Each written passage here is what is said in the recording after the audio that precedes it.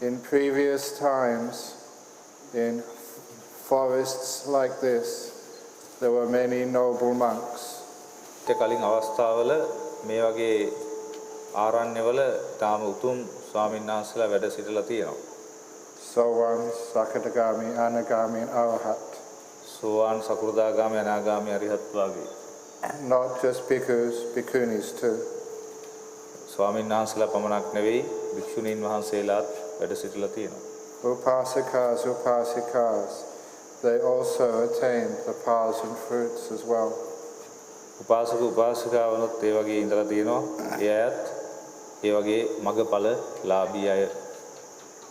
It is my wish that returns to Sri Lanka, not just bhikkhus, bhikkhunis, upasakas, upasikas. ඉතින් මම ප්‍රාර්ථනා කරන්නේ නැවතත් ඒ தત્ත්වය ලංකාවේ උදා වෙන්න ඕන. භික්ෂුන් වහන්සේලා භික්ෂුණීන් වහන්සේලා විතරක් නෙවෙයි උපාසක උපාසිකා කියන සිව්වණක් පිරිසම. Not just people who worship the Buddha and the Dhamma and the Sangha, but people who experience the Dhamma and literally walk in the very footsteps of the Arahat. ධම්ම සංඝයන තිසරණේ වන්දනා කිරීමත් ඒකටත් වඩා අපි ඒ මාර්ගයේ ගමන් කිරීම තමයි තා වැදගත් වෙන්නේ. On the first post-on day, when the Arahat Mahinda came to Mahintale, the first sermon he gave was the Chula Hatti Padopana Sutta. Poson පොයේදා Mihindu මහරහතන් වහන්සේ ලංකාවට වැඩම කරලා ප්‍රථමයෙන් දේශනා කරපු සූත්‍රය චූලහත්ති පදෝපම සූත්‍රයයි. He described the four footprints of the Buddha. ඒකේ විස්තර කරනවා බුදුරජාණන් වහන්සේගේ පියවර සටහන් හතර. And the footprints of the Buddha are not to be found on Sripada. ඒ පියවර සටහන් හතර ශ්‍රීපාද පත්මය තුල අපට දැක ගන්න ලැබෙන්නේ නැහැ. The footprints of the Buddha are the first jhana, the second jhana, the third jhana, and the fourth jhana. ඒ පියවර සටහන් හතර නම් පළවන ධානය, දෙවන ධානය, තුන්වන ධානය සහ හතරවන ධානයයි. And it is my aspiration for everybody to once again be able to experience those amazing states of stillness and freedom. මම බලාපොරොත්තු වෙන්නේ ඔබටත් නැවතත් ඒ තාම විශ්මය ජනක වූ ඒ සමාධිගත භාවය ලබා ගන්නට ලැබේවා කියලා. So they too can then experience the liberations of the mind, the liberations from the defilements, and they too can count themselves as Arya. එතකොට ඔබට පුළුවන්කම ලැබෙනවා ඒ කෙලෙස් වලින් නිදහස් වෙලා ආර්ය පුජ්‍යලයක් බවට පත් වෙන්න. It is my strong view that the reason why the number of Aryans, the Arya Pugala, in our modern world has declined and declined and declined is with the decline of the practice of jhana. මම විශ්වාස කරන්නේ නූතන සමාජයේ ඒ ආර්යයන් වහන්සේලා එන්නම පරිහානියටපත් වෙලා ඒ පිරිහිලා තියෙන්නේ නැති වෙලා තියෙන්නේ මේ ධ්‍යාන ලබා ගැනීම ඒ භාවනා කිරීම අඩුවීම නිසා කියලා. Some people have said it is not important anymore. සමහර අය කියනවා ඒ ධ්‍යාන ආදී වඩන එක තවදුරටත් වැදගත් වෙන්නේ නැහැ කියලා. That is like saying the noble eightfold path is no longer important. ඒක හරියට ආර්ය අෂ්ටාංගික මාර්ගයේ තවදුරටත් වැදගත් වෙන්නේ නැහැ කියනවා වගේ එකක්.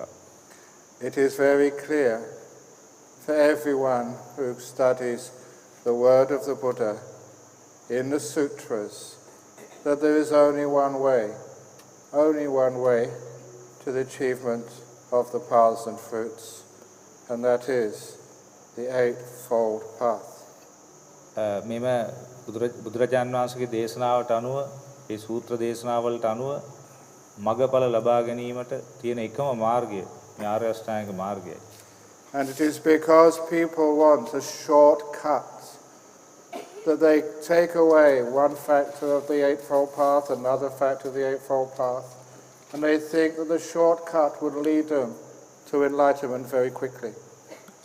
මිනිස්සු හිතනවා ඒ නිවන් මාර්ගට මේ කෙටි මාර්ග තියෙනවා කියලා. ඒස ආර්ය අෂ්ටාංගික මාර්ගයේ එකක් අයින් කරලා තවත් එකක් අයින් කරලා එහෙම ගමන් කරන්න උත්සාහ කරනවා මේ නිවන් මාර්ගට කෙටි මාර්ග තියනවා කියලා හිතාගෙන. It is like some 5-6 years ago when I was visiting Kandy. My driver decided to take shortcut from Kandy to Colombo. ඒක හරියට මම මීට වසර ගණනාවකට පෙර කොළඹ යන වෙලාව මේ නුවර යනකොට ඒ නුවර ගිහිල්ලා නුවර ඉඳලා කොළඹට එනකොට මේ කෙටි පාරකින් එන්න උත්සාහ කළා වගේ වැඩක්. About 5 hours later, he ended up in Kalutara. ඒ පාකට විතර පස්සේ උනාද කියලා ඒක සත්‍ය සිද්ධියක්. එයා නතර වුණේ කලුතරෙන්ලු.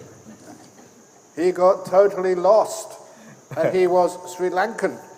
එයා ශ්‍රී ලාංකිකේ සම්පූර්ණයෙන්ම එයාට මාර්ගය නතර මේ කියන්නේ මාර්ගය වැරදුනා. When you take shortcut, you usually waste a lot of time. ඔබ කෙටි මාර්ග හොයන්න යනකොට ඔබට නිරන්තරයෙන්ම සිද්ධ වෙන්නේ කාලය නාස්ති කර දැමීමටයි. The Lord Buddha was the wisest and most compassionate teacher that has ever walked on this earth. මේ පිළිබඳව ඊටාම ප්‍රඥා ගෝචරව කටයුතු කරපු ශ්‍රේෂ්ඨතම ශාස්ත්‍රුන් වහන්සේ අපේ බුදුරජාණන් වහන්සේ. If there was a shortcut, he would have taught it. බැරිලාකත් එවැනි කෙටි මාර්ගයක් තිබුණා නම් අනිවාර්යයෙන්ම උන්වහන්සේ අපිට ඒක දේශනා කරනවා. But instead, every time, again and again for 45 years, the Buddha said, the only way to full enlightenment is the Noble Eightfold Path. ඒ නිසා උන්වහන්සේගේ අවුරුදු 45ක කාලය තුල කරන ලද දේශනාවල නැවත නැවතත් උන්වහන්සේ දේශනා කරේ නිවන් මඟට තියෙන එකම මාවත ආර්ය අෂ්ටාංගික මාර්ගය කියලා. In Western countries where I spend a lot of time, some people who are new to the Buddha's teachings think that you don't have to keep the sila, the precepts. Just meditate and you become enlightened. Yeah. බටහිර අපෙන් අලුතෙන් ඉගෙන ගන්න අය හිතනවා මේ සීලය කියන එක වැදගත් දෙයක් නෙවෙයි භාවනාව තමයි වැදගත්. ඉතින් භාවනා කරාම විතරක් ඇති. එතකොට නිකම්ම ධර්ම මාර්ගයේ දියුණු වෙනවා කියලා. They try and have fivefold path. No samma vaca, no samma kammanto, no samma ajivo. They try and practice other things. ඒගොල්ලෝ ආර්ය අෂ්ටාංගික මාර්ගයේ වෙනුවට පංච මාර්ගයක් තමයි වඩන්නේ. සම්මා වාචා, සම්මා කම්මන්ත, සම්මා ආජීව වඩන්නේ නැතුව. ඒක ප්‍රගුණ කරන්නේ නැතුව. If those three factors were not necessary, the Lord Buddha would not have taught them. ඒවා අත්‍යවශ්‍ය නැත්තම් බුදුරජාණන් වහන්සේ ඒ කරුණු තුන දේශනා කරන්නේ. So, if you want to experience Maggaphala, if you want in this life to at least be a soul one, you have to keep the Panchasila. There is no shortcut. ඒ නිසා ඔබට මේ ජීවිතයේදී මඟඵල ලබා ගැනීමට අවශ්‍ය නම් අනිවාර්යයෙන්ම පංචශීලය රකින්න ඕන. ඒ නිසා එහෙම නැතුව කෙටි මාර්ග මේකට නැහැ. There are too many people in Sri Lanka who call themselves followers of the Lord Buddha and who still have whiskey in their house. ලංකාවේ බොහෝ මිනිස්සුયો ඉන්නවා. මේ ඒගොල්ලෝ කියන්නේ අපි බෞද්ධයෝ කියලා. හැබැයි ඒගොල්ලන්ගේ ගෙවල් වල ගොඩක් විස්කි තියෙනවා. You are stopping yourself and other people from achieving so one. ඔබ ඒ තුලින් කරන්නේ මොකද්ද? ඔබවත් අනිත් අයවත් සෝවාන් මාර්ගයට සෝවාන් ඵලයටපත් වීම නතර කර දැමීමයි. The Panchasila is necessary. The better your sila, the more powerful is your citta. පංචශීලය ඊටමත් වැදගත්. ඒ නිසා ඔබගේ සීලය බලවත් වන තරමට ඔබගේ සිත බලවත් වෙන්න පටන් ගන්නවා. So, when some people in the West, they ask for some help with their meditation, when their meditation is not succeeding, I do not tell them about how to meditate. I ask them, how is your sila? බටහිර සමාජයේ සමහර අය මේ උපකාර ඉල්ලනවා භාවනාව ගැන. එතකොට මම ඒගොල්ලන්ට භාවනාව ගැන නෙමෙයි කියලා දෙන්නේ. මම ඒගොල්ලන්ගෙන් අහනවා කොහොමද ඔයගොල්ලන්ගේ සීලය කියලා. How can you expect to have a pure mind, a pure citta, when you have not got pure speech and pure actions? ඔව්.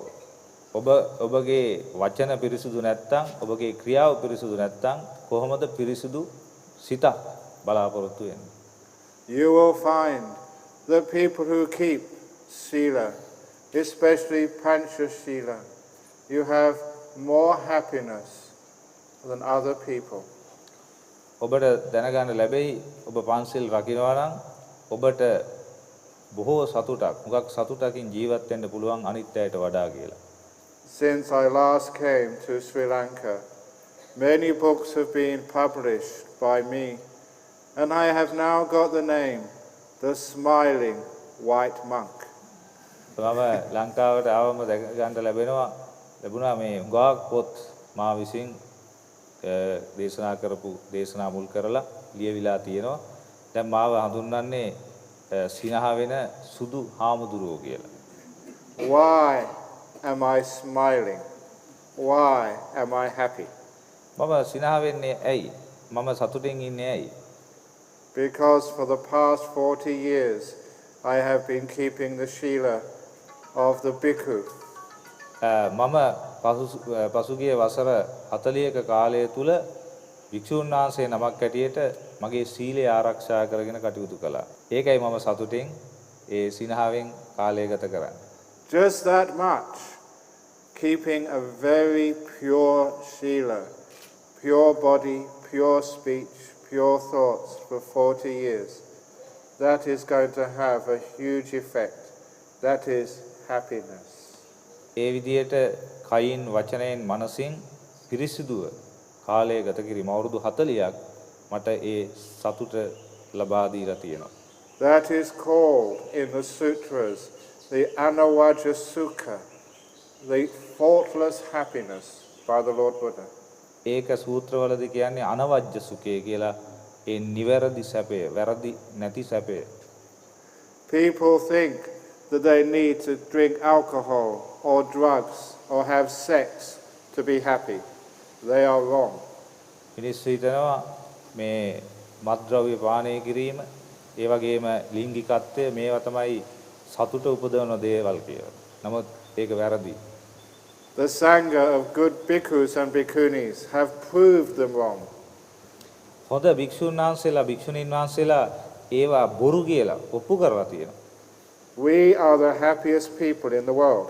අපි තමයි සතුටින්ම ජීවත් වෙන අය මේ ලෝකේ. If any of you have seen the scientific experiments of Professor Davison in the United States, he discovered the happiest people in the world are the Buddhist monks. Professor මහාචාර්ය Davidson කියන ඒ ඇමරිකාවේ මහාචාර්යවරයාගේ පර්යේෂණ වලින් ඔප්පු වෙලා තියෙනවා මේ ලෝකයේ ඉන්න සතුටින්ම ජීවත් වෙන පිරිස මහා සංඝරත්නය කියලා. Do you want to be happy? ඔයගොල්ලන්ට සතුටින් ජීවත් වෙන්න ඕනද? Then keep the Panchasila. එහෙනම් පන්සිල් රකින්න. Very simple. From the word of the Buddha, it works. Prove it, and people in Sri Lanka will be happier and happier and happier. එහෙමනම් ඔබ කරන්න තියෙන්නේ පන්සිල් රකින්න එක. හරිම මේ සරල දෙයක්. එහෙම ඔබ පන්සිල් රැක්කොත් ඔබට සතුටින් ජීවත් වෙන්න අවස්ථාව ලැබෙනවා. වඩාත් සතුටින් ජීවත් වෙන්න අවස්ථාව ලැබෙනවා. But don't just listen to these Dhamma talks. I ask you when you get home to act on them. Just listening is not good enough. මේ දේශනාවලට සවන් දීම විතරක් ප්‍රමාණවත් වෙන්නේ නැහැ. ඒ නිසා ගෙදර ගියාට පස්සේ මේ දේශනාවලට අනුව කටයුතු කරන්න. If you hear words which are the Dhamma, it is your duty as people who live in Sri Lanka, the homeland of Theravada Buddhism, to preserve Buddhism by keeping those precepts. මේ තේරවාද බුදුදහම තියෙන මේ ශ්‍රී ලංකා බිමේ බුදුදහම ආරක්ෂා කරන්න ඕන නම් ඔබ කල යුත්තේ මේ සිල්පද ආරක්ෂා කිරීමයි. Throw away bottles of cognac, whiskey, beer, wine from your house. If your menfolk won't do it, You wives, stand up for the dhamma. You do it while they're out at work. ඒ නිසා ඔබට ඒ සතුට ලබා ගැනීමට නම් කල යුතු වෙන්නේ ගෙවල් වල තියෙන ඔය විස්කි, අරක්කු ආදී දේවල් ඒ බෝතල් ගෙවල් වලින් විසි කරලා දාන්න. විසි කරලා ධර්ම මාර්ගයේ ගමන් කරන්න. Then you have strong shila, you have powerful mind, and you can at least fulfill 3 factors of the 8-fold path. එතකොට ඔබ මේ විදිහට කටයුතු කරොත් ඔබට ශක්තිමත් සීලය ශක්තිමත් කරගෙන ඔබගේ සිත ශක්තිමත් කරගෙන ඒ ආර්ය අෂ්ටාංගික මාර්ගයේ කරුණු 3ක්ම සම්පූර්ණ කරගන්න අවස්ථාව ලැබෙනවා. And your mind will be ready for bhavana. එතකොට ඔබගේ මනස භාවනාවට සූදානමින් ඉන්නවා. When you sit down and try to make the mind peaceful, it becomes much easier to make the mind peaceful. එතකොට ඔබ ඉඳගෙන භාවනාවට සූදානම් වුණාට පස්සේ ඊටම පහසුවෙන් ඔබගේ මනස සංවර කරගෙන භාවනා කරගන්න ලැබෙනවා.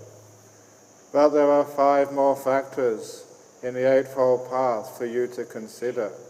ඒ වගේම ආර්ය අෂ්ටාංගික මාර්ගයේ අනිකුත් ඒ කාරණා පහත් අපි සැලකිල්ලට ගත යුතු වෙනවා.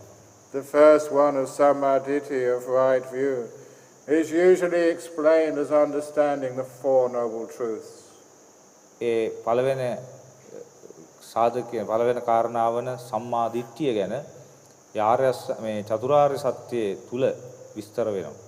It is surprising for someone like me to come to Sri Lanka where you learn the 4 noble truths in Dhamma school when you're a child.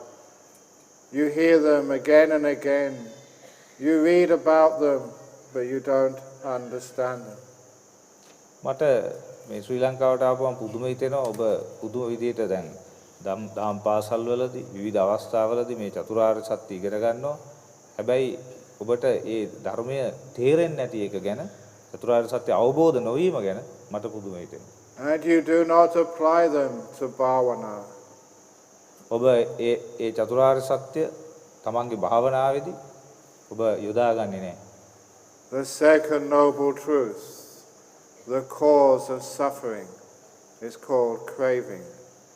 දෙවන චතුරාර්ය සත්‍යයේ දෙවන අංගය තමයි දෙවන සත්‍යය තමයි ඒ දුක ඇතිවීමට හේතුව ඒවත් තණ්හාව.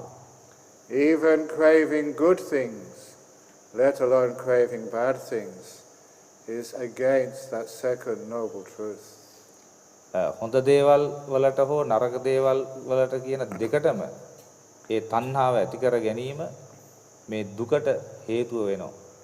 And so many people, when they meditate, when they do bhavana, they're craving for someone. බොහෝ අය භාවනා කරනකොට ඒගොල්ලෝ පතාගෙන ඉන්නේ ඒගොල්ලෝ තණ්හාවෙන් වෙලිලා ඉන්නවා මේ සෝවාන් වේවා කියලා. Can't you see that as contrary to the second noble truth? ඔයගොල්ලන්ට තේරෙන්නේ නැද්ද ඒක දෙවන ඒ චතුරාර්ය සත්‍යයේ දෙවන සත්‍යයට විරුද්ධව තමයි තියෙන්නේ කියලා එහෙම කරනකොට? Craving is the cause of suffering, of dukkha. If you want to be a sowan, you will experience dukkha. ඒ සෝවාන් වීම සඳහා තණ්හාවෙන් ඒක පස්සෙන් දිවුවොත් එතනම නැවතත් දුක හට ගන්නවා.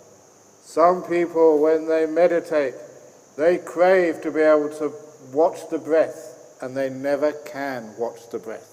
සමහර අය භාවනා කරනකොට උත්සාහ කරනවා මේ නිරීක්ෂණය කරන්න මේ හුස්ම ගැන. හැබැයි කවදාවත් ඒගොල්ලන්ට ඒ විදිහට නිරීක්ෂණය කරගන්න හම්බෙන්නේ නැහැ. What is the problem? They are craving to watch the breath. That's why they can't do it. මොකද්ද තියෙන ප්‍රශ්නය? ඒගොල්ලන්ට තණ්හාවක් තියෙනවා මේ හුස්ම ඉහළ පහළ යාම ආනාපාන සතිය බලීමට. එතන තමයි ප්‍රශ්නේ තියෙන්නේ. ඒකයි ඒගොල්ලන්ට ඒ විදිහට සාර්ථක වෙන්න බැරි වෙන්නේ. When they meditate, they forget the dhamma. ඒගොල්ලෝ භාවනාවට ඉඳගත්තට පස්සේ ධර්මය අමතක වෙලා යනවා. Please, when you meditate, remember the dhamma. ඒ නිසා කරුණා කරලා භාවනා කරනකොට ධර්මය මතක තියාගන්න. The third noble truth, letting go of craving, abandoning craving, renouncing craving, is the path that leads to Nibbana. තුන්වන ආර්ය සත්‍ය තමයි අත්හැරීම. ඒක තමයි නිවන් මගට උපකාර වන මාර්ගය වෙන්නේ. So if you want to taste Nibbana, you have to let go of all craving.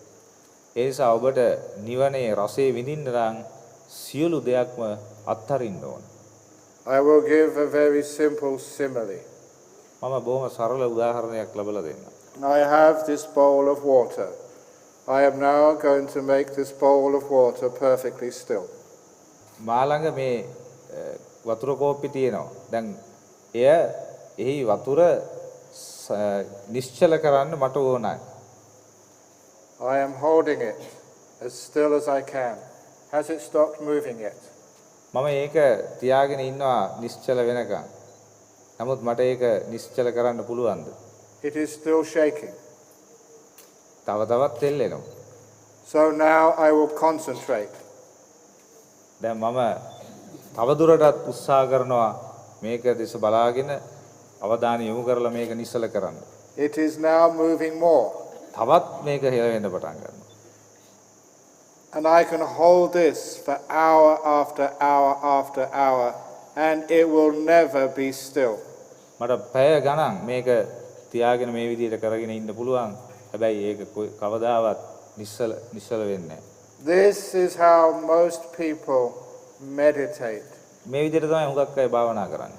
They try and hold their mind still. ඒගොල්ලෝ උත්සාහ කරලා මනස සංසුන් කරන්න තමන් වීරිය කරලා බලනවා උත්සාහ කරලා. They concentrate and the mind moves even more. ඒගොල්ලෝ ඒකට දැඩි ලෙස අවධානය යොමු කරනවා. තවත් මනස හෙල්ලෙන්න පටන් ගන්නවා, චලනය වෙන්න පටන් ගන්නවා. They are craving, they are holding, they are grasping. මේකට තණ්හාවෙන් මේ උත්සාහය කරන්නේ, උපාදානය වෙලා තියෙන්නේ. ඒක අල්ලගෙන ඉන්නේ. So one day a monk tells you the way to keep a bowl of water perfectly still is to put it down. යම් දවසක ඒ වික්ෂුවට අවශ්‍ය නම් Tamanට අවශ්‍ය නම් නිශ්චල කරන්න ඒ වතුර ඒකවම තියෙනවා. විමින් තියෙනවා. To let it go and be patient. ඒ නිසා ඉඩාරින්න යන්න දෙන්න. අතහරින්න. You can try this at home. After a few seconds or few minutes, the water becomes perfectly still. ඔබට මේක ගෙදරදී පරීක්ෂා කරලා බලන්න පුළුවන්. තප්පර කීපයකදී නැත්නම් විනාඩියකදී හරි සම්පූර්ණයෙන්ම ජලය නිශ්චල වෙනවා. All by itself. තමම් ඒ ජලයම නිශ්චල වෙනවා. කවුරුත් කරලා නෙමෙයි. Because it is the nature of water to be still. It only moves because something outside of it is agitating it. වතුර වල ස්වභාවය ඒකයි. සාමාන්‍ය නිශ්චලව පවතිනවා මේ විදිහට තිබ්බම බාහිර බලවේගයක් විසින් ඒකට බලපෑමක් එල්ල කරොත් තමයි ඒක චංචල වෙන්න පටන් ගන්නේ. The nature of your mind is to be still. It only moves because something outside of it is agitating it. සාමාන්‍ය මනසේ ස්වභාවය නිශ්චලව පැවතීමයි. යම් ඒක බාහිරව යම් කිසි විදියකින් බලවේගයක් එල්ල කරොත් තමයි ඒක චංචල වෙන්න පටන් ගන්නේ. That thing which is agitating it is your craving, your wanting, your will. ඒ ඔබගේ තණ්හාව ඔබට බලහත්කාරයෙන් මේක වෙනස් කරන්න උවමනා කිරීම ඔබගේ කැමැත්ත මෙන්න මේවා මත තමයි ඒ චංචල වීම සිද්ධ වෙන්නේ. If you can stop that, your mind will become as still as this bowl of water in front of me. බැරි වෙලාවකත් ඔබ මනස තියෙන විදියට ස්වභාවිකව තියෙන්න ඇරියොත් මා ඉදිරිපිට තියෙන මේ වාජනයේ වතුර ටික දැන් නිශ්චල වුණා වගේ දැන් නිශ්චල වෙලා තියෙන්නේ. ඒ වගේ නිශ්චල වෙනවා. You will all remember the story of Angulimala chasing the Lord Buddha, shouting at the Lord Buddha, "Stop! Stop!" මම හිතන්නේ ඔබ සියලු දෙනාම දන්නවා අඟුලිමාලගේ කතාව. ඒ අඟුලිමාල බුදුරජාණන් වහන්සේ පසුපස එළවගෙන ගියා නවතිනු මහාන කියලා. The Lord Buddha turned around and told Angulimala to stop. Angulimala understood. It wasn't just chasing the Buddha, to stop chasing everything. අඟුලිමාලට තේරුණා. බුදුරජාණන් වහන්සේ හැරිලා අඟුලිමාලට කිව්වා අඟුලිමාල ඔබ නවතින්න කියලා. අඟුලිමාල අවබෝධ කරගත්තා ඒ නවතින්න කියලා කියන්නේ සියල්ලම නවතර කරන්න කියන එක කියලා. When you stop craving things, your mind stops. ඔබ එක දේවල් වලට ඇති කරගෙන තියෙන තණ්හාව නතර කරොත් ඔබගේ මනස සංසුන් වෙනවා, තැම්පත් වෙනවා, නිසල වෙනවා. And to experience the stillness of the mind. එතකොට ඔබට මේ මනසේ සමාධිය අත්විඳින්න ලැබෙනවා. Where the mind does not go out to the past, it does not run after plans and dreams for the future. It stays in this moment. ඔබගේ මනස අතීතයට යන්නේ නැත්නම් අනාගතයේ සැලසුම් බලාපොරොත්තු වලට ඇදිලා යන්නේ නැත්නම් ඔබගේ මනස මේ මොහොතේ රැඳෙනවා. Where not a thought comes up in the mind. No thinking. එතකොට මේ එක සිතුවිලි ගලාගෙන එන්නේ. Thoughts are like waves on the surface of the lake. හරියට මේ සිතුවිලි කියන්නේ වැවක තියෙන රැලි වගේ, දිය රැලි වගේ. You have a beautiful lake next to this monastery. Every time I've seen it, there are waves on the surface. මේ අරණ්‍යයට එහා පැත්තේ ලස්සන වැවක් තියෙනවා. මම ඒක දකින හැම වෙලාවකම දිය රැලි ලස්සනට ගලාගෙන යනවා. If there's a storm, those waves are very high and fast. බැරිලක්වත් කුණාටුවක් එහෙම ආවොත් ඔය දිය රැලි තව තවත් උසට නැගගෙන එනවා. වේගෙන් එනවා. I am sure that some evenings there is no wind at all and the lake becomes perfectly still. මං හිතනවා සමහර සැන්දෑ යාමවල දැඩි සුළං හමන්නේ. එතකොට වැව සම්පූර්ණම නිසල වෙනවා. Like a mind without any thoughts. හරියට මේ මනස මේ සිතුවිලි නැතුව නිසලව තියනවා වගේ. And when that lake is perfectly still, it becomes like a glass mirror. ඒ වැව සම්පූර්ණ නිසල වුණාට පස්සේ ඒක හරියට මේ කණ්ණාඩියක්, දර්පණයක් වගේ. On the full moon night of Poson or Wesak, you can look into that lake and see a perfect reflection of the beautiful full moon, but only when the lake has no waves. ඔව්. හරියට වෙසක් දවසේ පොසොන් දවසේ රාත්‍රී කාලේ හඳ පායලා තියෙනකොට වැවේ අර රැලි නිසල වෙලා තියෙනවා නම් හරි ලස්සනට හඳේ ඡායාව ඔබට දැක ගන්න ලැබෙනවා. Only when your mind is perfectly still does it become a mirror to reflect the dhamma of the Lord Buddha with no distortion. එතකොට ඔබගේ මනසත් ඒ විදිහට සංසුන් වුණාට පස්සේ තමයි බුදුරජාණන් වහන්සේගේ ශ්‍රී සද්ධර්මය ඔබට ඊටාම හොඳින් දකින්න ලැබෙනවා.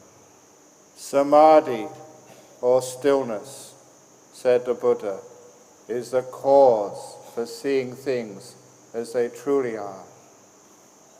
සමාධිය කියලා කියන්නේ දේවල් ඒ ආකාරයෙන්ම ඇත්ත දේ ඇති සැටියෙන්ම දැකීමේ අවස්ථාව ලබා දීම. And please remember, samadhi means stillness when the water has no waves and does not move.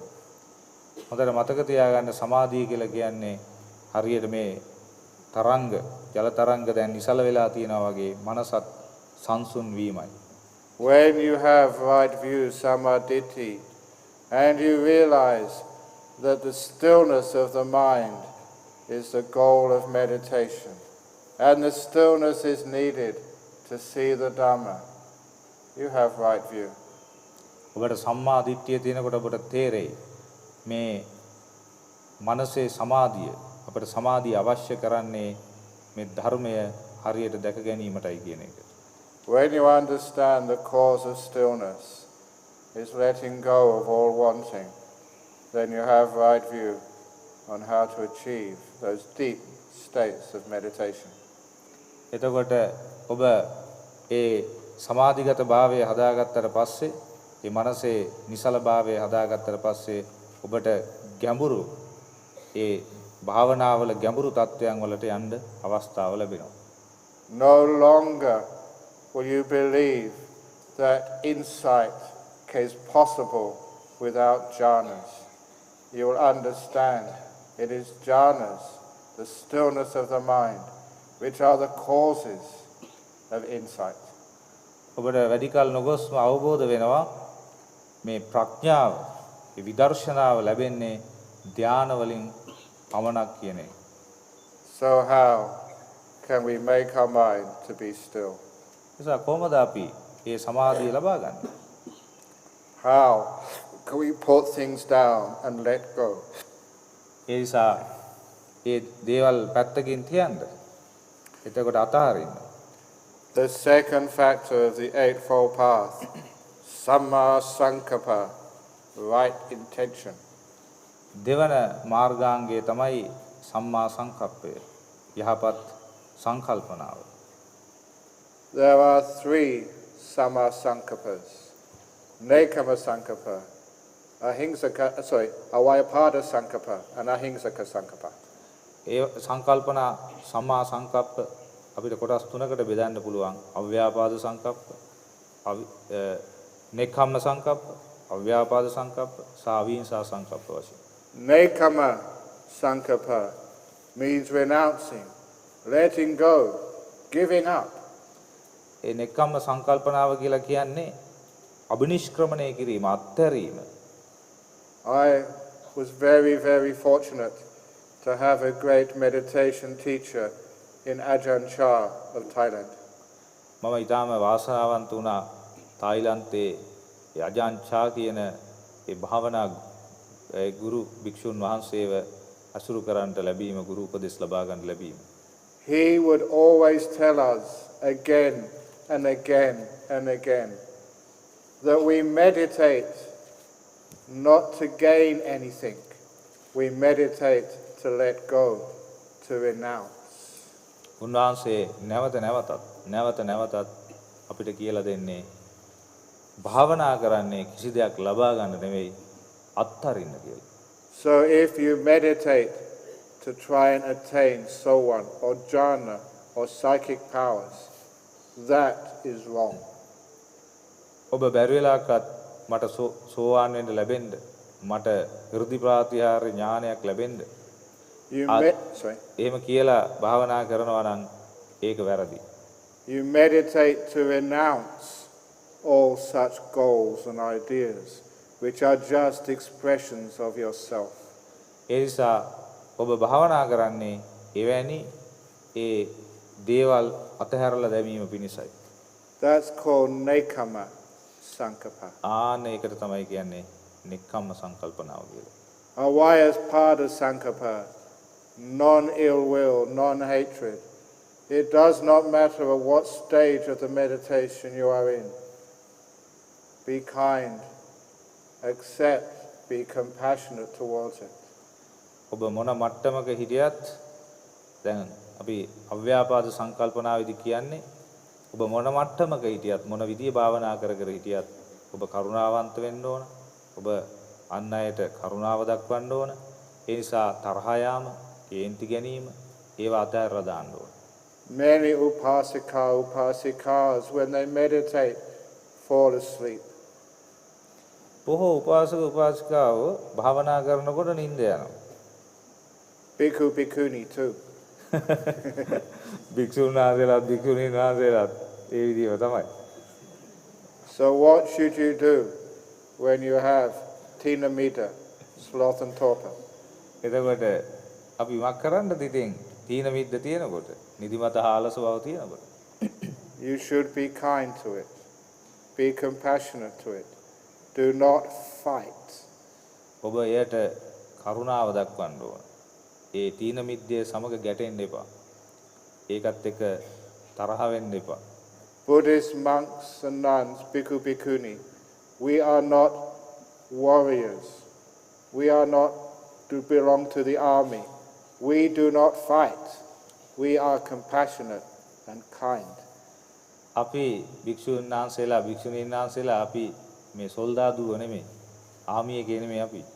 ඉතින් අපි මේ යුද්ධ කරන්න යන්නේ නැහැ.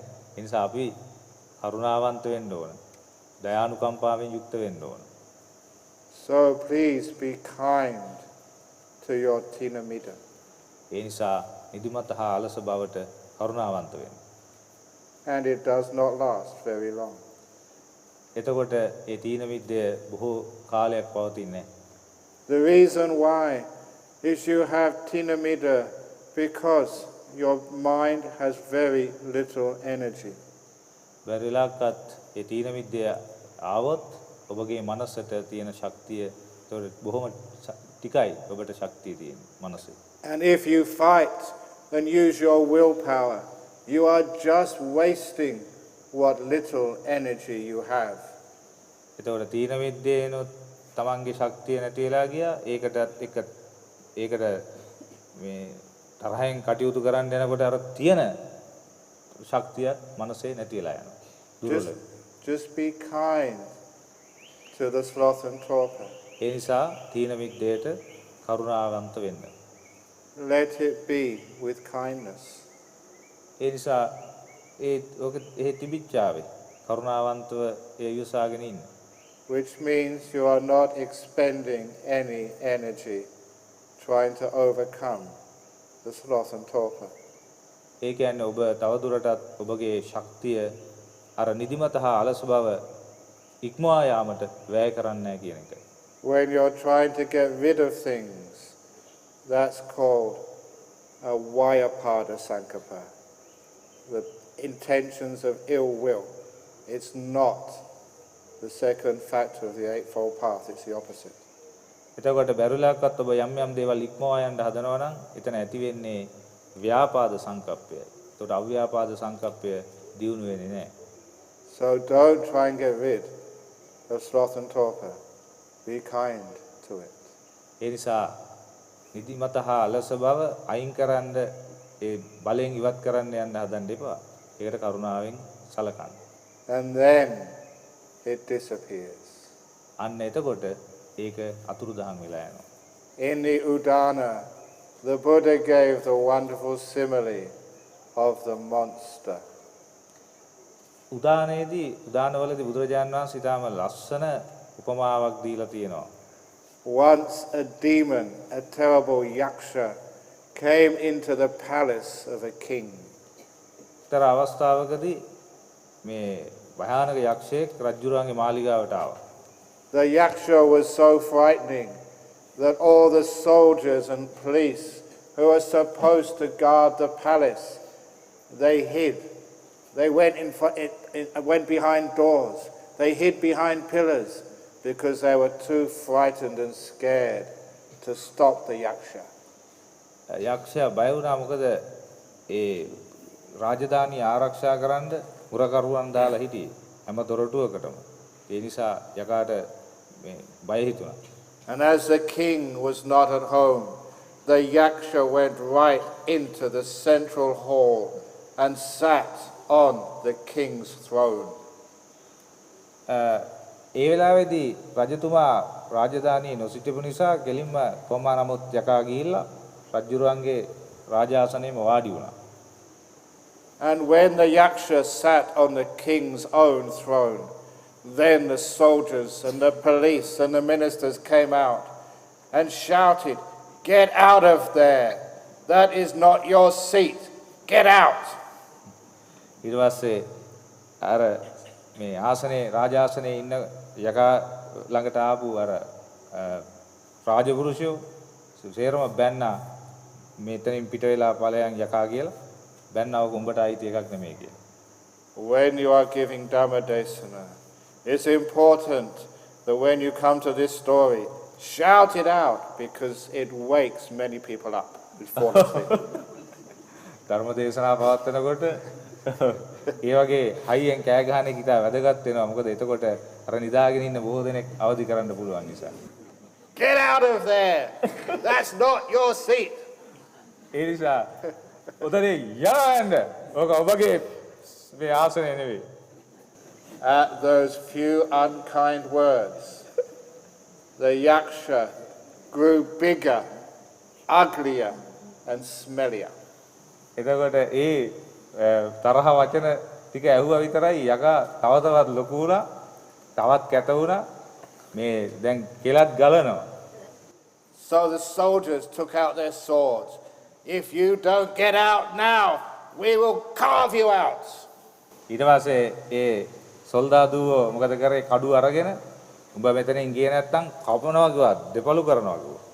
But every unkind word, unkind act, or even unkind thought, the monster just grew an inch bigger, more ugly and more smelly.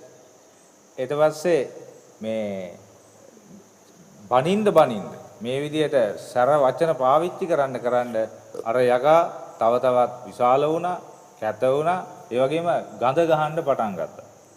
When the king came back to the palace, this monster was huge. It was so frightening and so smelly that even the maggots which were crawling on his skin were sick. They threw up. Even the maggots couldn't stand the stench. ඊට පස්සේ රජුරෝ මාලිගාවට ඇවිල්ලා බලනකොට මේ යකා විශාල වෙලා තාම කැතයි ඒ වගේම ගඳ ගහනවා. ඉතින් ඒක තමයි දකින්න ලැබුණේ. Even the flies would hold their nose. They couldn't stand the smell. කොච්චර ගන්ධස්සාරයක් තිබුණාද කියනවනම් මේ මැස්සන්ට පවා ඒක දරා ගන්න බැරුව මැස්සොත් නාය වාගෙන ඉඳලා තියෙනවා. But when the king came back, he was wise, which was why they elected him as king. He knew what to do. රජුරෝ බොහොම ප්‍රඥාවන්තයි ආපු ගමන් දැනගත්ත මොකද්ද කරන්න ඕනද කියලා. He said to the monster, "Welcome. Thank you for coming to visit me. Has anyone got you a cup of tea yet?" ඊට පස්සේ රජුරෝ කිව්වා අපි තාම සාදරයෙන් ඔබව පිළිගන්නවා. බොහොම ස්තුතියි මාව බලන්න ආපු එකට. තාම කවුරුත් ඒකක්වත් දුන්නේ නැද්ද කියලා ඇහුවා.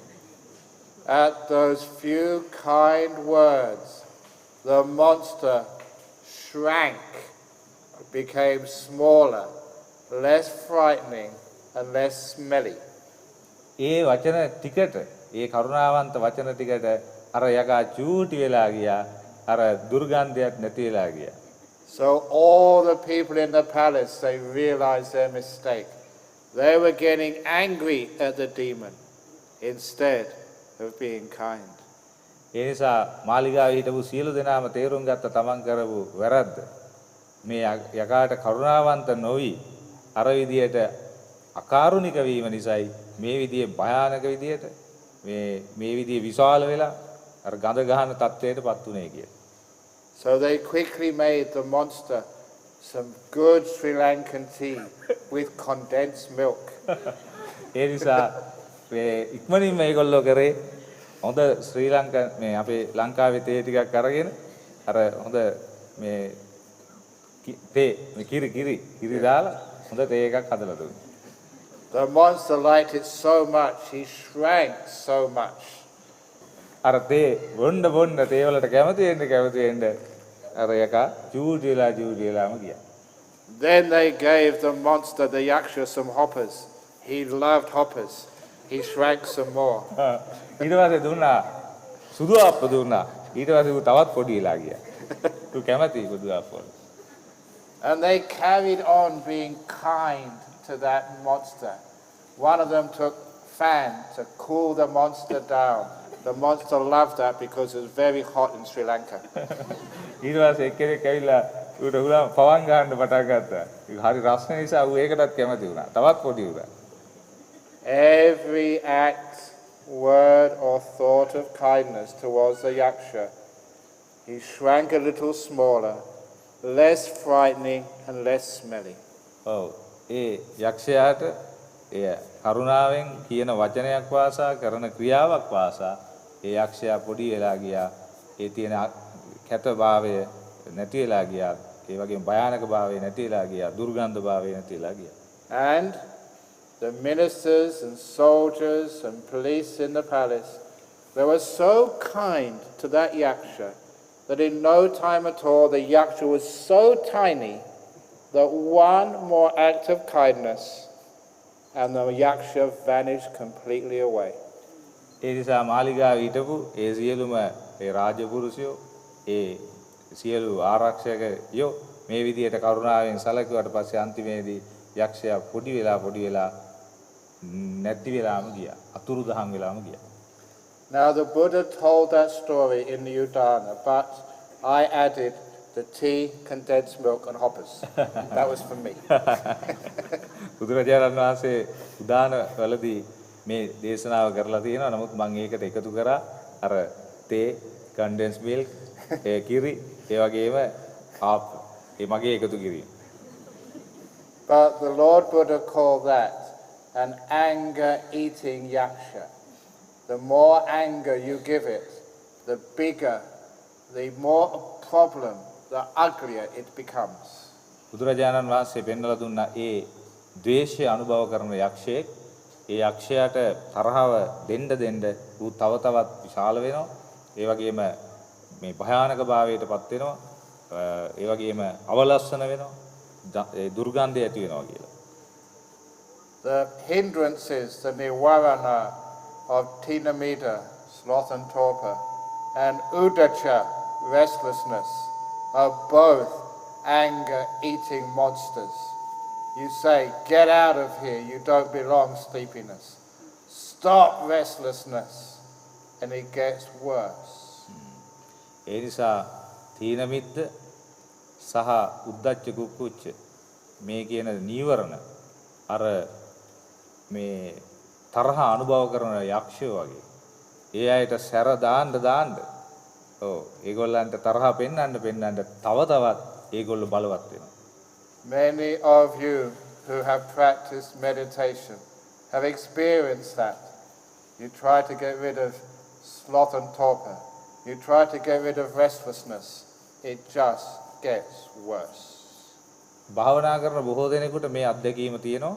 ඔබ ඒ නිදිමත හා අලස බව, ඒ වගේම සිතේ විසිරුණු ස්වභාවය පළවා හරින්න උත්සාහ දරන්න ඒ තව තවත් වැඩි වෙනවා.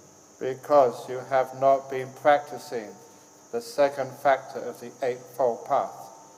You have not been practicing avyapada, sankappa. You have been hating, having ill will, trying to get rid of the sloth of torpor and restlessness. ඒකට හේතුව තමයි ඔබ ආර්ය අෂ්ටාංගික මාර්ගයේ දෙවන පියවර හරියට සිදු කරලා නැතිවීම.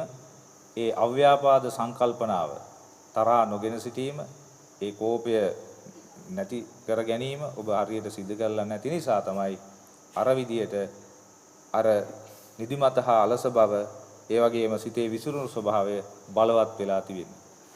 Why do you think it is that you can't stay still? Why is it your mind is so restless? ඇයි ඔබ මොකද හිතන්නේ ඔබගේ මනස සංසුන් කරන්න බැරි මොකද? ඇයි ඒක විසිරීලා යන්නේ? Because you treat your mind like a servant. You are so cruel to it that when it sees you coming, it runs away. ඒකට හේතුව තමයි ඔබ ඔබගේ මනසට සේවකයෙකුට වගේ තමයි සලකන්නේ. ඉතින් ඔබ එනකොටම මෙයා පැනලා දුවනවා. But imagine that you are very kind to your mind. You never criticize it or tell it off. Then, when your mind sees you, it will come straight towards you. ඒ නිසා ඔබ මේ තමන්ගේ මනස විවේචනය කරන්න ගියේ නැත්නම් මනසට බයින්න ගියේ නැත්නම් ඒ මනස ඔබ එනකොට පැනලා දුවන්නේ නැහැ. ඔබ ළඟටම එනවා. ඔබ මේ මනසට කරුණාවන්ත වෙනකොට. We all like to spend time with kind, compassionate people. අපි හැමතිස්සෙම කැමති වෙන්නේ මේ කරුණාවන්ත, දයාවන්ත, මෛත්‍රී සහගත අයත් එක්ක ජීවත් වෙන්න. If you are kind and compassionate to your mind, to your citta, your chitta will want to spend time with you. ඔබ වැරිලාක්වත් ඔබගේ මනසට කරුණාවන්ත වුණොත්, දයාවන්ත වුණොත්, ඒ ඔබගේ සිත ඔබත් සමග කාලය ගත කරන්න කැමති වෙනවා. It won't try and escape into the past or future or with thinking or with sleepiness. The cause of those defilements is you do not have enough kindness to your own body and mind. අතීතයට යන්නේ අනාගතයට යන්නේ හැමතැනම සිත දුවන්න පටන් ගන්නෙ ඔබ ඒ තමන්ගේ සිතට කරුණාව දැක්වේ නැති වුණොත්, සිතට ගතට කරුණාව දැක්වේ නැති වුණොත්. So if my mind is restless, I say to my mind, okay, you can be restless. I still love you. I still care for you. පෙරලක්වත් මගේ මනස විසිරුණු වෙලාවට මම කියන්නේ බොහොම හොඳයි. ඕන විදියට නිදහසේ ඉන්න කියලා තමයි කියන්නේ. එතකොට එයා පාඩුවේ ඉන්නවා. My mind runs away a little bit, but I'm so kind to it, it keeps coming back. මම කරුණාවෙන් ඉන්නකොට කොයි ගියත් මනස ආපහු මා ළඟටම එනවා. And I never scold myself when I'm restless. මම කොයි වෙලේකවත් මට දොස් කියාගන්නේ නැහැ. මම ඒ විදිහට විසිරුණු ස්වභාවයෙන් ඉන්නකොට. Until my mind keeps coming back because I'm a nice guy. ආපහු මනස මා ළඟට එනවා. සිත මා ළඟට එනවා. මොකද මම හොඳ එක්කෙනෙක් කියලා. And after a while, my mind stays with me for hours and hours and hours because I'm a nice guy. ඊට පස්සේ ඉතින් පැය ගණන් මනස මාත් එක්කම ඉන්නවා. මොකද මම හොඳ එක්කෙනෙක් ඉන්නවා. Because I am kind. මොකද මම කරුණාවන්තයි. If you practice the second factor of the second part of the Eightfold Path, Avayapada Sankappa, restlessness and sloth and torpor will vanish. ඔබ මේ ආර්ය අෂ්ටාංගික මාර්ගයේ දෙවන පියවරේ දෙවන කොටස හරියට ප්‍රායෝගිකව යෙදුනොත් නිදිමත හා අලස බව සිතේ විසිරුණු ස්වභාවය අතුරුදහන් වෙලා යනවා. And it's so easy to meditate. It's just like staying with your best friend. I stay with my mind. It stays with me. I stay with my breath. My breath is a very close friend. So we hang out together hour after hour after hour. ඒ නිසා ඔබට ඔබගේ මනසට ආදරය කරොත් එයා ඔබත් සමගම ඉන්නවා. මම කරන්නේ මගේ හුස්ම පොදට හුස්ම රැල්ලට මම ආදරය කරනවා. ඒ නිසා යා පැය ගණන් මාත් එක්කම එකට දැවටි මාත් එක්කම ඉන්නවා. And the third part of Sammasankappa is Ahingsaka Sankappa, non-violence. දෙවන ඒ ආර්ය අෂ්ටාංගික මාර්ගයේ දෙවන පියවරේ තුන්වන කොටස තමයි අහිංසා සංකප්ප, අවිහිංසා සංකප්ප. In some Buddhist traditions, especially in the Zen tradition, when you meditate, the teacher comes behind you with big stick. And if you start to fall asleep, whack on your back with the stick.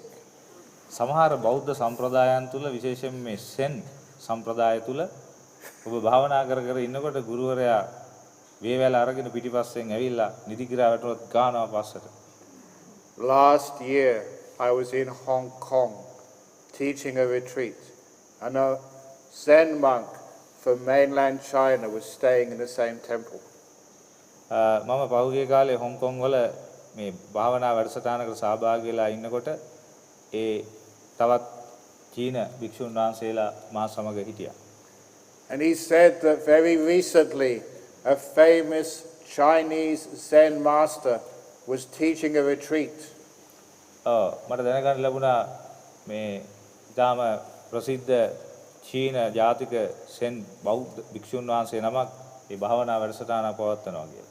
And on that retreat in China, a middle-aged woman started to fall asleep, and he hit her with the stick. ඒ භාවනා වැඩසටහනේදී චීන ජාතික මැදිවියේ කාන්තාවක් භාවනා කරගෙන ඉන්නකොට නිදි කිරා වැටුණා. ඔහු අර කාන්තාවට අර කෝටුවෙන් පාරක් ගැව්වා. She immediately got out her cell phone, called the police, and that monk was arrested. ඉතා ඉක්මනින්ම පොලිසියට කතා කරාම පොලිසියෙන් ඇවිල්ලා අර භික්ෂුන් වහන්සේව අත්අඩංගුවට ගත්තා. You cannot do that today. ඔබට මේ කාලේ එහෙම කරන්න බෑ. And also, is that Buddhist to hit people? That's violence.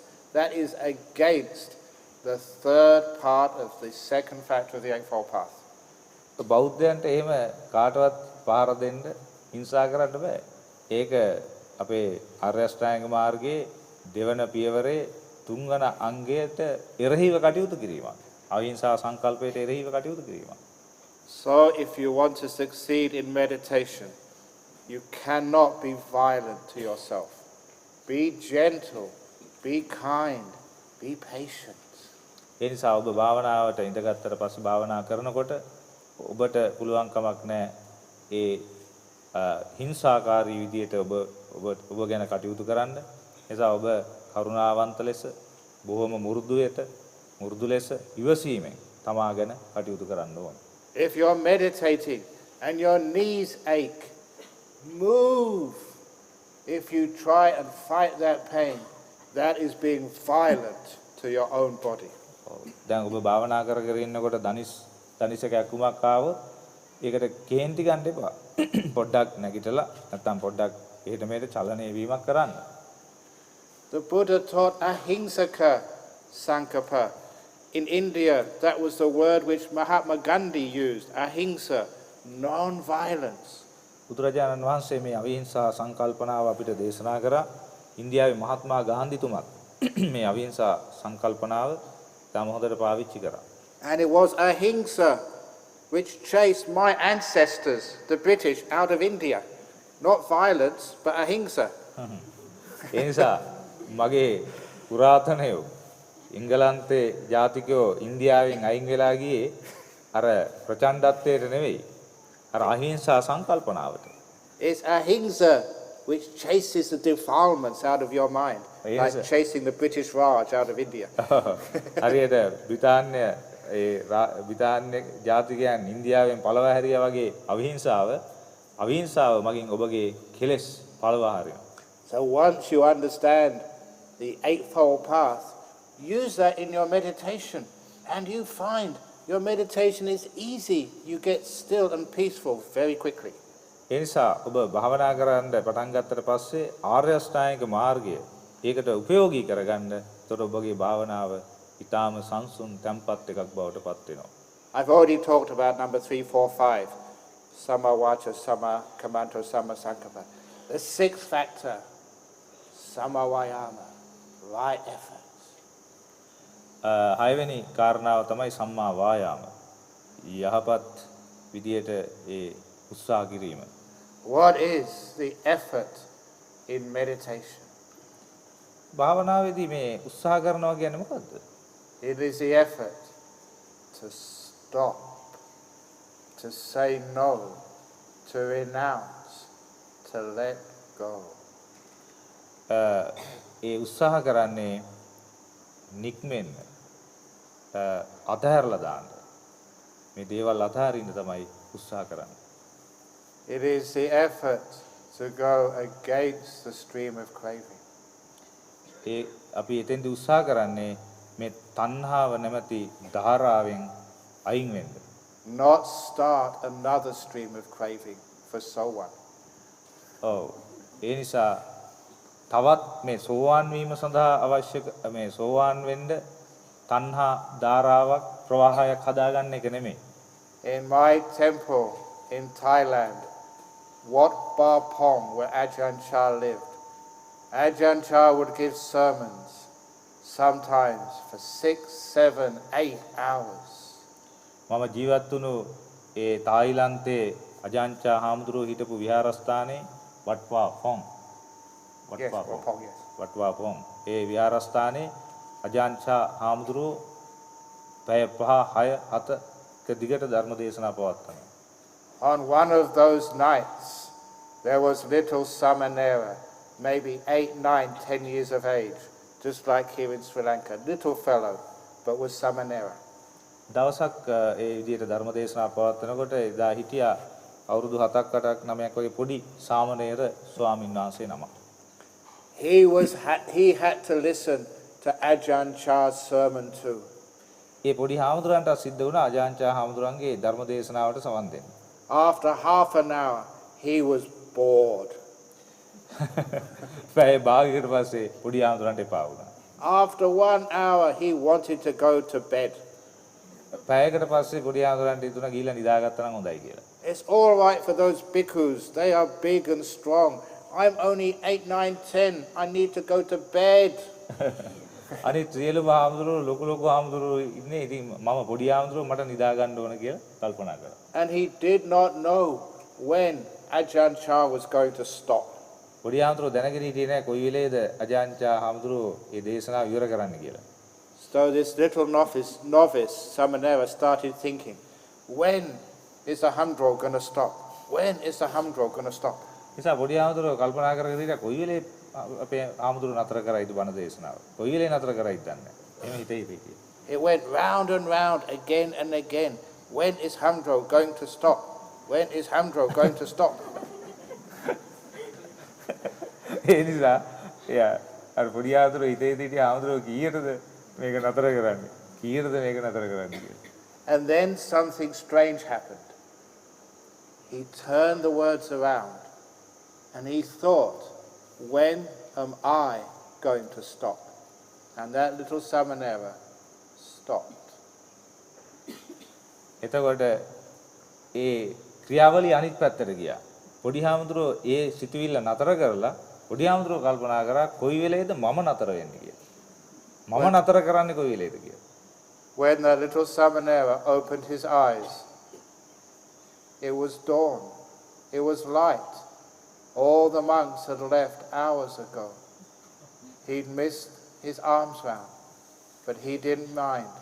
He was so happy. The first time that little Samanera had got into jhana. ඊට පස්සේ ඇස්සරලා බලනකොට පොඩි හාමුදුරුවෝ එළි වෙලා අනිත් හාමුදුරුවෝ සේරම එතනින් ගිහිල්ලා උන්වහන්සේට හීල් දාන්නෙත් වැරදුනා. හැබැයි පළවෙනි වතාවට උන්වහන්සේ ධානයක අත්විඳීමක් ලබා ගත්තා. So if you want to experience jhana, stop! Did it work? Next time. ඒ නිසා ඔබට ධානය ලබා ගන්න ඕන නම් නතර වෙන්න. It is that effort to stop the craving, to stop the wanting, to stop moving the mind.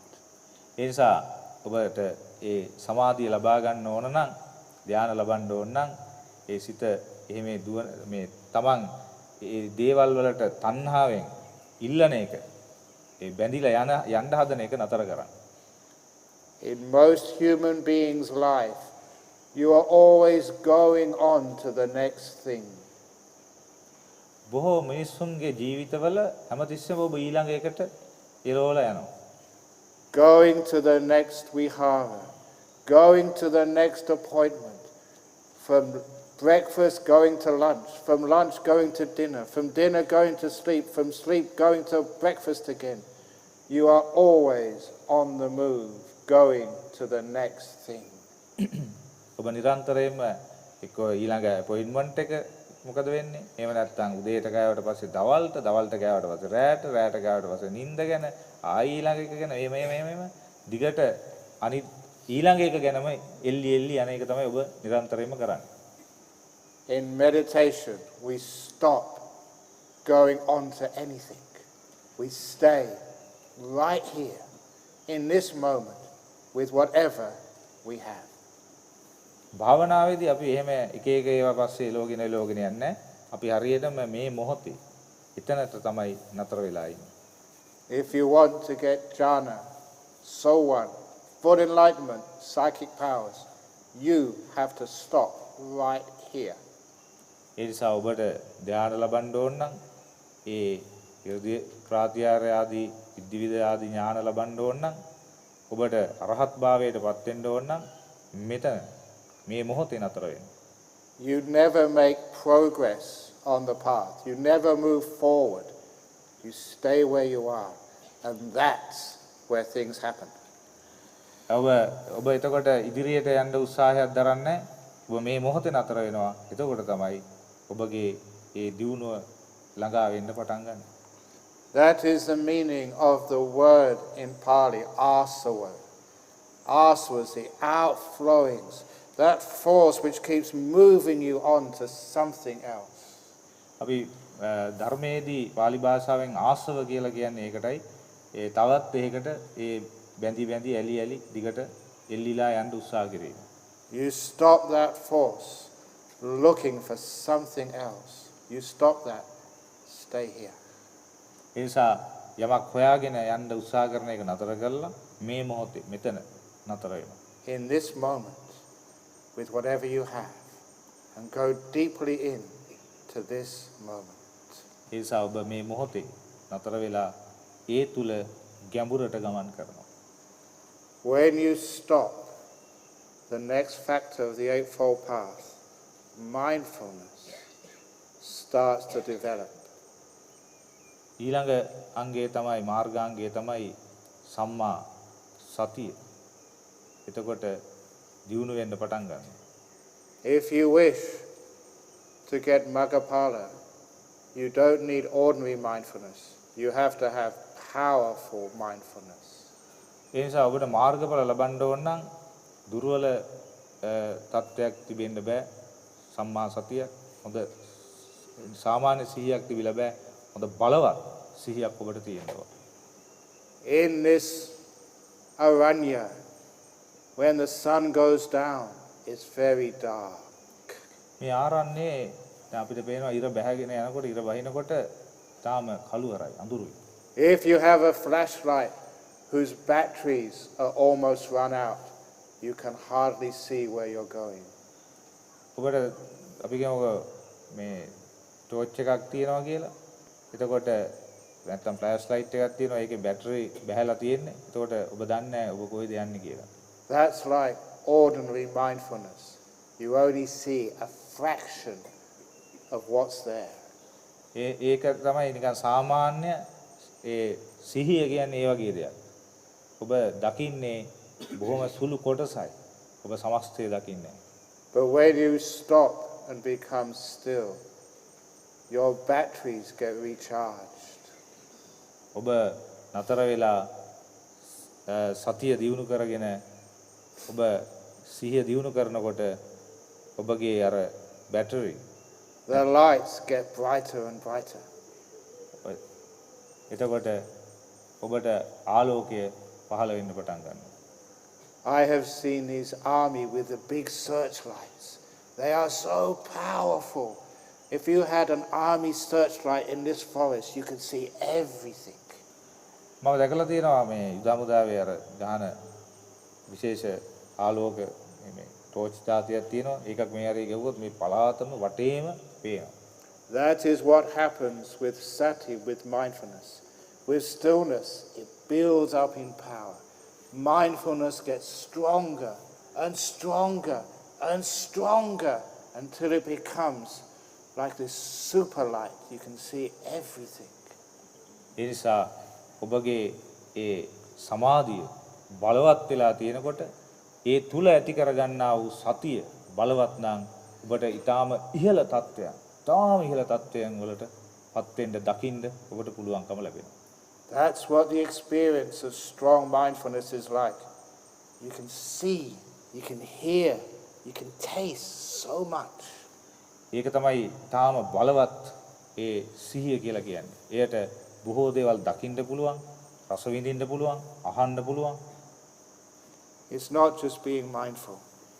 It's being powerfully mindful. ඒක නිකන් සාමාන්‍යයෙන් මේ සිහිය පිහිටුවා ගැනීම නෙමෙයි. බලවත් ලෙස සිහිය පිහිටුවා ගැනීම. Only when you have such powerful mindfulness can you see these, what the Buddha called upakilesa, these very refined obstacles to stillness. එතකොට ඒ වගේ බලවත් සිහියක් ඔබ තුල තියෙනකොට බුදුරජාණන් වහන්සේ දේශනා කරපු උපක්ඛිලේශ කියන தත්වයන් ඔබට අඳුනා ගන්න ලැබෙනවා. ඒවා ඊටාම මුරුදු සියුම් වූ යම් යම් දුර්වලතාවයන් කිලේශයන්. Things like fear. When you meditate, It is like a prisoner in jail becoming released from jail after 40, 50 years in prison. They are terrified of life outside of prison. හරියට මේ බය දැන් අපි මේ භාවනා කරලා දිනු කරාට පස්සේ මේ බය කියන එක දැන් අපි අවුරුදු ගණන් හරියට මේ සිරමැදිරියක ඉඳලා නිදහස් වුණා වගේ අපිට ඒවෙන් නිදහස් වෙන්න පුළුවන්කම ලැබෙනවා. That's like the fear which comes up when your body starts to disappear. When your will starts to disappear, you're leaving the prison of the five senses, the prison of craving. It's scary. අපි ඒ විදිහට භාවනාවේ නිරත වෙනකොට අර මේ ආයතන මේ අපිට තියෙන ඇස කන නාසය මේවා තුලින් අපිට නිදහස් වීමේ හැකියාව තියෙනවා. Or you get excited. Jhana's coming. Someone is here. And then the water starts moving again. එතකොට ඔබ මොකද කරන්නේ ඒ විදිහට කරනකොට දැන් දැන් මට සෝවාන් තත්ත්වයක් ඇති වෙනවා. දැන් ඉතින් ධානයේට මම සමවදින්න යන්නේ කියලා ඔන්න හිතන්න පටන් ගන්නවා. හිතන්න පටන් ගත්ත ගමන් ආපහු අර ඉස්සෙල්ලා උනා වගේ ජලය සෙලවෙන්න පටන් ගන්නවා වගේ හිත චංචල වෙන්න පටන් ගන්නවා. So what do you do when fear or excitement come up in the deep stages of meditation? ඒ නිසා දැන් භාවනාවේදී ඉස්සෙල්ලා මම විස්තර කරේ බය කියන එක ආවම තමයි මේ වගේ තත්ත්වයක් උදා වෙන්නේ. මට මොකක් වෙයිද? මගේ ඒ ආයතන වලට මොකද වෙන්නේ? මේ ශරීරයට මොකක් වෙයිද? ඔය වගේ සිතුවිලි ආපුවම තමයි අර විදිහට සිත චංචල වෙන්නේ. ඒ නිසා මේ බය කියන එක ආපුවම අපි භාවනාවේදී කලබල වෙන්න හොඳ නැහැ. You do nothing. Remember, the mindfulness sees the problem and keeps you perfectly still. It keeps you stopped. ඒසා ඔබ මොකුත් කරන්න එපා. බයක් ආවට මොකක් වෙයිද දන්නේ නැහැ කියලා නිහඬව ඉන්න. එතකොට බලවත් සිහිය අවශ්‍ය දේ සිද්ධ කරලා දෙනවා. If your mindfulness is not strong enough, you're out of control. You mess up every time. ඔබගේ සිහිය බලවත් නැත්නම් එතකොට ඔබට පාලනය කරගන්න බැරි වෙලා යනවා. හැම දෙයක්ම ආපහු ව්‍යාකූල තත්ත්වයකටපත් වෙනවා. So as your mindfulness gets more and more powerful, it's very easy to stop the fear, to calm the excitement, and just allow this stillness to become incredibly powerful. ඒසා ඔබගේ සිහිය බලවත් වෙනකොට එය ඇතිවන්නා වූ තැති ගැනීමක්, බයවීමක් ඒවා සම්පූර්ණ පාලනය වෙලා මනස තව තවත් ශක්තිමත් වෙලා ඔබගේ ඒ සමාධිය බලවත් භාවයට පත් කරලා දෙනවා. Until your mind enters the jhanas. එතකොට තාම හොඳ ලස්සනට මේ මනස ධානයට සමවදිනවා. Where everything is so still, your body has totally vanished. You cannot hear. Just like the little novice couldn't hear the monks chanting at the end of Ajahn Brahm's sermon. එතකොට ඔබට ශරීරය පවා නොදැනී යනවා. ඔබට දේවල් ඇහෙන්නෙත් නැතුව යනවා. හරියට අර පොඩි සාමණේරයන් වහන්සේට අජාන්චා හාමුදුරන්ගේ දේශනාවෙන් පස්සේ භික්ෂුන් වහන්සේලා ඒ පිරිත් කියපු ඒවා අධ්‍යයනා කරපුවත් ඇහිලා ගියේ නෑ වගේ. If you can hear or feel your body, that is not jhana. ඔබට ඇහෙනවා නම් ඔබට දැනෙනවා නම් ශරීරය ගැන ඔබ එතකොට ධානයකට සමවැදිලා නැහැ. Your mind is so still, there is no thoughts. ඔබගේ මනස ඊටාම නිසලයි. එතකොට සිතවිලි ගමන් කිරීමක් නැහැ. If you can think, is this jhana? It can't be jhana. දරලාක්වත් ඔබට හිතුනොත් මේ ධානයක්ද කියලා හිතුනොත් ඒක ධානයක් වෙන්න බෑ. With jhana, many things have disappeared. ධානයේදී බොහෝ දේවල් නැති වෙලා යනවා. Your body has vanished. Your will has vanished. It's gone. ඔබගේ ශරීරය නැති වෙලා යනවා. ඔබගේ බලාපොරොත්තු ප්‍රාර්ථනා නැති වෙලා යනවා. බොහෝ දේවල් නැති වෙලා යනවා. You go so deep there's hardly anything left. ඔබ ගොඩක් ගැඹුරට යනවා. කිසිම දෙයක් ඉතුරු නැහැ වගේ. You realize there's nothing there. ඔබට අවබෝධ වෙනවා මුකුත් නැහැ කියලා. No me, no mind, no self. මම නොවේ, මගේ නොවේ, මගේ ආත්මය නොවේ කියලා තේරෙනවා. No Ajahn Brahm, no Venerable Panyasiri. අජාන් බ්‍රහ්මවංශ හාමුදුරුවෝ කියලා කෙනෙක් නැහැ. පඤ්ඤාශ්‍රී හාමුදුරුවෝ කියලා කෙනෙක් නැහැ කියලා මේක තේරෙනවා. No Mahinda Rajapaksa, no President Obama. Mahinda Rajapaksa කියලා ජනාධිපතිතුමෙක් නැහැ. ඔබාමා කියලා ජනාධිපතිතුමෙක් නැහැ. ඒ වගේ ඒ චරිත ගැන නැහැ කියලා තේරෙනවා. So who are you going to vote for in the election? There's no one there. කවුද එතකොට අපිට උපදෙස් දෙන්නේ? කවුරුත් නැහැ. I will finish off with one of my favorite stories from Ajahn Chah. මම මගේ දේශනාව අවසන් කරනවා මේ අජාන් චා හාමුදුරන්ගේ ලස්සන කතාවකින්. Just before Ajahn Chah got very sick and could not teach again, he was visiting another monastery where I was staying. He visited and gave a brilliant dhamma desana. අජාන් චා හාමුදුරුවෝ බොහොම වයෝවෘද්ධ තත්ත්වයේ අසනීප තත්ත්වයෙන් ඉන්න වෙලාවක උන්වහන්සේ අපවත් වෙන්න ඉස්සෙල්ලා නැත්නම් පිරිනුවම් පාන්න ඉස්සෙල්ලා අපි විශ්වාස කරන විදිහට උන්වහන්සේ වැඩම කරා තවත් ඒ ආරණ්‍යයකට. එහි තමයි අපේ හාමුදුරුවෝ එතකොට උන්වහන්සේ වැඩ සිටියේ. After the dhamma desana, I was so inspired.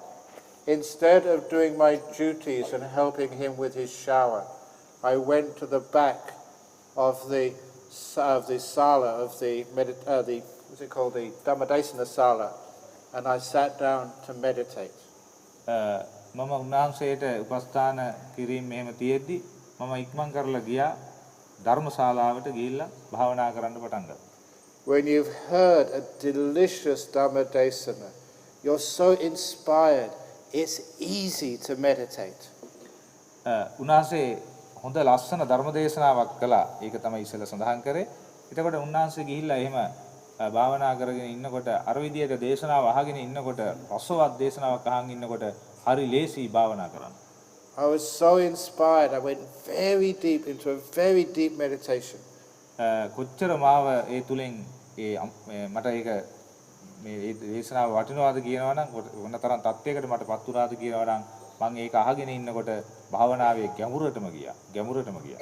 I was so happy when I came out. මම භාවනාවෙන් නැගිටිනකොට මට හරි සතුටුයි. And my first thought was, maybe I can still do some service for my great teacher. මට මුලින්ම හිතුණු දේ තමයි මට පුළුවන් මගේ ගුරු ස්වාමින් වහන්සේට තවමත් මේ සේවයක් කරන්න කියලා. So I went looking for him. I saw him. He was about to get into his car and go back to his monastery. මම ඉක්මනින් ගිහිල්ලා උන්වහන්සේ බලනකොට උන්වහන්සේ කාර් එකට නැගලා තමන්ගේ ආරණ්‍යයට වඩින්න සූදානම්. But before he got into his car, we were going to cross on the path. I can say now, because Ajahn Chah has passed away, he was a great teacher with great psychic power. මට දැන් කියන්න පුළුවන් උන්වහන්සේ දැනට පිරුණන් පාලා තියෙන නිසා උන්වහන්සේ තාම ශ්‍රේෂ්ඨ ගුරු ස්වාමීන් වහන්සේ නමක්. උන්වහන්සේට හුඟක් ඒ ආධ්‍යාත්මික බලයක් ඒ වගේම අධිමානසික බලයක් ඒ බලයක් උන්වහන්සේට තිබුණා. He could see from my clear facial expression I had just come out from a deep meditation. උන්වහන්සේ දැක්කා. දැන් උන්වහන්සේ එතන කාර් එකේ ඉඳලා දැක්කා මම තාම ගැඹුරු භාවනාවකින් සමයදීලා ඉඳලා ඒකෙන් නැගිට්ටා කියලා. So I felt him go into my mind to read my mind. එතකොට උන්වහන්සේ මගේ මනසට ඇතුල් වෙලා මගේ මනස කියවන්න පටන් ගත්තා. Many times I didn't want Ajahn Chah to read my mind, but for once my mind was very beautiful. Please, you can read it. උගා කවස්තාවල මම කැමති වුණේ අජාන් චා හාමුදුරුවෝ මගේ මනස කියවනවට. නමුත් එදා මම කැමති වුණා මගේ මනස ඉදාම හොඳ ලස්සනට තිබුණා. I could feel him doing it. මට දැනුණා ඒක උන්වහන්සේ ඒක කරනවා කියලා. And I was very happy he did it. මම ඒ ගැන උගාක් සතුටු වෙනවා. And then he realized I had a very clear mind. So he tried to give me enlightenment Maggaphala. එතකොට උන්වහන්සේ දැක්කා මගේ මනස ඊටාම පිරිසුදුව තියෙනවා කියලා. ඒ නිසා උන්වහන්සේට උවමනා වුණා මම ඒ මාර්ගඵල තත්වයකටපත් වෙනවා නම් ඒක හොඳයි කියලා. He looked directly into my eyes and said, Brahmavamsa. උන්වහන්සේ මගේ මූණ දේශ හරියටම ඍජු ලෙස බලාගෙන මයි දිහා බලලා කිව්වා බ්‍රහ්මවංශෝ කියලා. Why? ඇයි කියලා කිව්වා. And I replied, I don't know, Venerable Sir. මම උත්තර දුන්නා මම දන්නේ නැහැ කියලා ස්වාමීනි. I was very stupid young monk. මම මේ මෝඩ තරුණ වික්ෂුන් වහන්සේ තමයි. And I didn't know. I was honest. ඇත්තටම මම දන්නේ නැහැ මම අවංකව කියන්නේ. And Ajahn Brahm, great teachers, they never scold you. They just laugh. He laughed and laughed. උන්වහන්සේ මොකුත් කිව්වේ නැහැ. උන්වහන්සේ සිනහ වුණා. And then he got serious again. He looked me in the eyes again and said, Brahmavamsa. Go on. ආපහු උන්වහන්සේ මම ඇස් දෙක බලලා ඊටාම ගැඹුරින් ආයි බ්‍රහ්මවංශෝ කියලා කතා කළා. I will tell you the answer to the question why. මම ඔබ වහන්සේට කියන්නම් ඔබ වහන්සේගේ ප්‍රශ්නයට උත්තරේ ඇයි කියලා අහන ප්‍රශ්නෙට උත්තරේ මම කියන්නම් කිව්වා. And I got very, very excited. I was going to get a deep teaching for one of the greatest monks. මම හුඟක් මේ කලබලයට වගේපත් වුණා. ඊටම ශ්‍රේෂ්ඨ ස්වාමීන් වහන්සේ නමකගෙන් ඊටම ගැඹුරු ඉගැන්වීමක් ලැබෙනවා කියලා. I said, yes. He said, Brahmavamsa. The answer to the question why is. Are you interested? Do you want to know the answer? Yeah. Do people want to know the answer? Yeah. මේ ඇයි කියන ප්‍රශ්නෙට උත්තරේ මම කියන්නම් කියලා බ්‍රහ්මවංශෝ හාමුදුරන්ට කිව්වා අජාන්චා හාමුදුරුවෝ ඔයගොල්ලන්ට ඕනද උත්තරේ? Do you? Really? Really? ඇත්තටම ඕනද කියලා? ඔව්. Will you remember it? ඒක මේ මතක හිටියද කියලා. He said the answer to the question why is there's nothing. There's nothing. ඇයි කියන එකට උත්තරේ තමයි මොකුත් නැහැ කියන එක. මොකුත් නැහැ කියන එක. And then he looked at me and said, Brahmavamsa, do you understand? I said yes. ඊට පස්සේ උන්වහන්සේ මයි දේශ බලලා ඇහුවා බ්‍රහ්මවංශ ඔබට තේරෙනවද කියලා? මං කිව්වා ඔව් කියලා. He looked at me and said, no you don't, and got in the car. ඊට පස්සේ උන්වහන්සේ කිව්වා නෑ ඔබ වහන්සේට තේරෙන්නේ නැහැ යන්න කියලා කිව්වා. Do you understand? No you don't. Go on, translate. ඔයගොල්ලන්ට තේරෙනවද? නෑ ඔයගොල්ලන්ට තේරෙන්නේ නැහැ. There is nothing. Anatta. No self. So what is the problem? There is no problem. There is no self. There's nothing. Do you understand? No, you don't. Until you do, you have suffering. තරේ තමයි අනාත්ම. මොකුත් නැහැ. ඉතින් ඔයගොල්ලන්ට තේරෙනවද? තේරෙනවා නම් ඔයගොල්ලෝ මට තේරෙනවා කිව්වොත් සෆරි. Okay. දුක. එයා මට තේරෙන්නේ නැහැ. Okay. මම කියලා කෙනෙක් නැහැ. මගේ කියලා දෙයක් නැහැ. මගේ ආත්මය කියලා දෙයක් නැහැ. එවැනි ගැඹුරු කාරණාවක් තමයි අවසානයේදී අජාන්චා හාමුදුරුවෝ උන්වහන්සේට මනසින් අපි දන්න විදිහට බුදුරජාණන් වහන්සේ සමහර අවස්ථාවලදී ඒ රහතන් වහන්සේලා මනසින් ඒ රහතන් වහන්සේලාට කතා කරපු විලාසයෙන් උන්වහන්සේට අවසාන උපදේශය දීලා තියෙනවා. Very good. Bohoma Hyundai. Ati. Enough.